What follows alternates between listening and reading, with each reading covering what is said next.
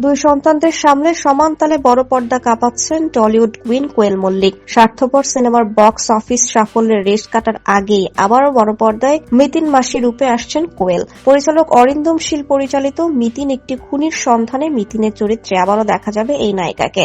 আসছে বড়দিনে মুক্তি পেতে চলেছে সিনেমাটি।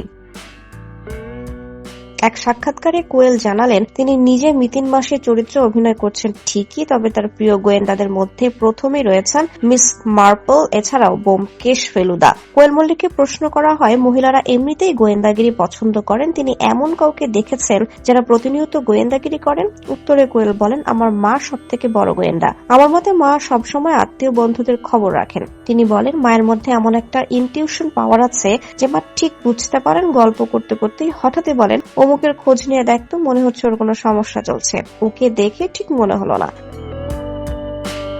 খবর নিতে গিয়ে দেখা যায় সত্যি তার বাড়িতে সমস্যা রয়েছে বা সে নিজে সমস্যার মধ্যে রয়েছে। এটা আমার মায়ের রয়েছে, আর সবার খবরাখবর রাখেন মা।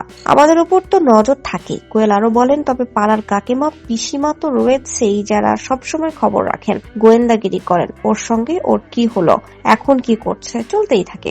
মজা করে হলেও এটা ঠিক বাঙালি গোয়েন্দাগিরি পছন্দ করে, তাই রহস্য গল্প পছন্দ করেন। কোয়েল বাস্তবে গোয়েন্দাগিরি করেন কি? এই প্রশ্নের উত্তরে বলেন, আমি সাইকোলজির স্টুডেন্ট, তাই বাড়িতে কবিরের সবকিছু নজর রাখি। মাঝে মধ্যে ওর থেকেই খোঁজ নিয়ে থাকি কি কি দুষ্টুমি করলো সারাদিন, চকলেট খেলো কিনা, এটা সব মাই করে থাকেন।